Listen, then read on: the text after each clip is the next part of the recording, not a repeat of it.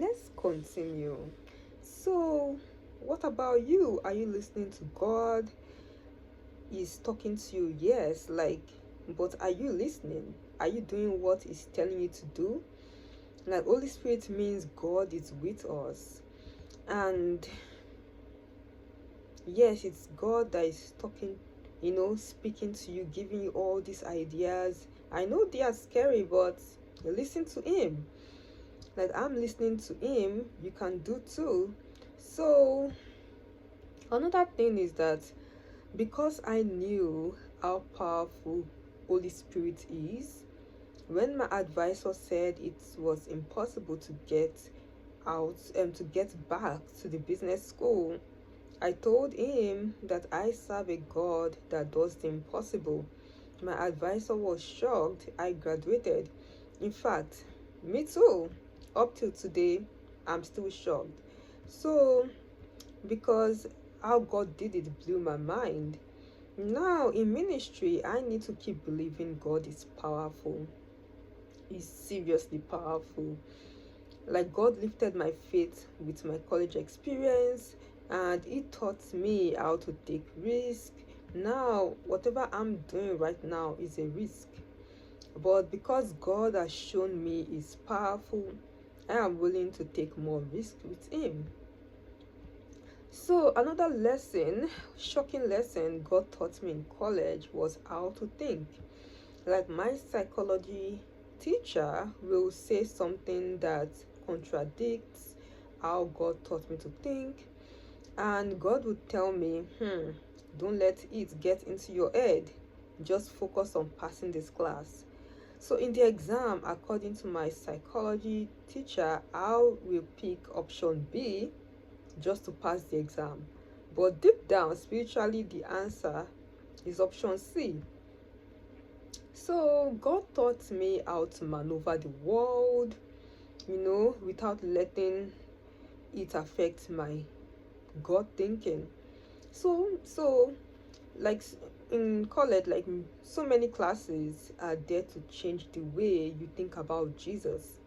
Sometimes in class, I speak in tongues in my mind, just to get through the class. So I keep reminding myself in class, we are just here for the grade. Don't let this teacher get into your head. Like, half of what he was teaching was wrong, but we are just here for the grade.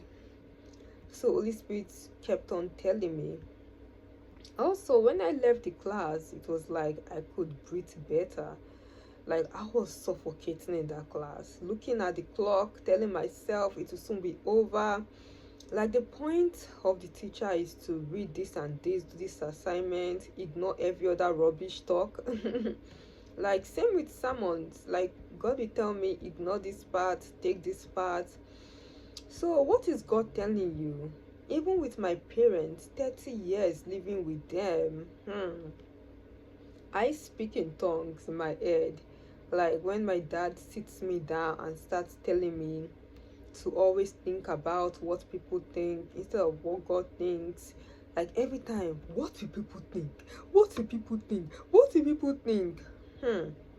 Imagine sitting down and someone is telling you this rubbish, and you can't speak back because all they do is slap you and beat you. Plus, God was telling me, don't see anything, don't see anything. Like, how do you survive this? So I speak in tongues in my head. And when I do, Holy Spirit takes over my head, and what they say will not affect me. So every time they say, what do people think? What do people think? What do people think? In my mind, are people paying my bills? Like, I don't care what people think. I care what God thinks. So, seriously, the people helped me graduate from college. Like, God led me and taught me how to graduate from college. And seriously, we need to ignore what people think and do what God is telling you to do. Unless you remain stagnant, you will never be who God created you to be. So that is how my parents brought us up. No matter if they go to church always, they still care about what people think.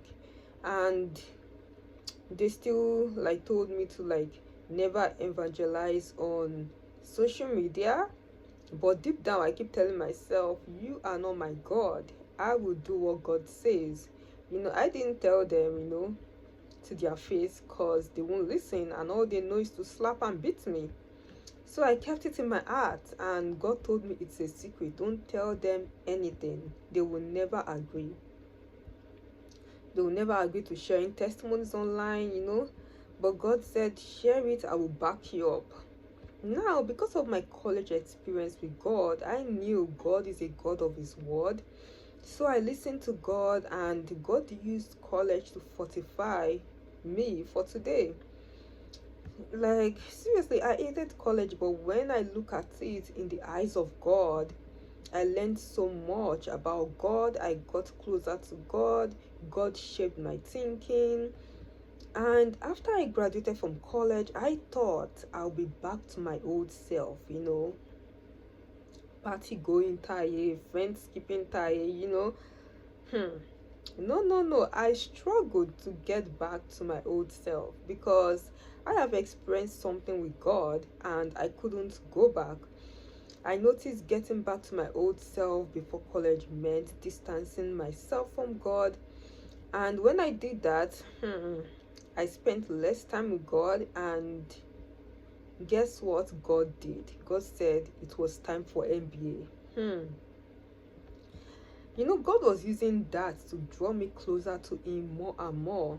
God knew that I needed Him to get the MBA degree unless I cannot graduate. Like, seriously, like, I am dumb when it comes to school, but with God, I'm intelligent. Like, He shows me how to study, how to pass the exams. Like, if not for God, I will never be a graduate.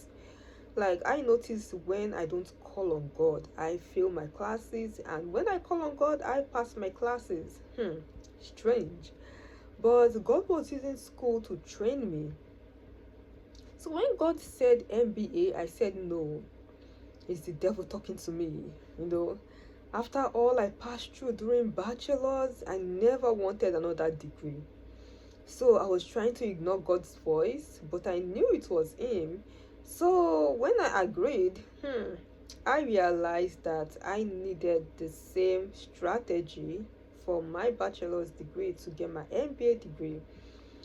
And I lost a lot of friends again. Because I was trying to make the grade, and a lot of my friends, they were not happy that I was getting my MBA. Like, they were not happy that I was progressing, so I lost them again. And I got closer to God, and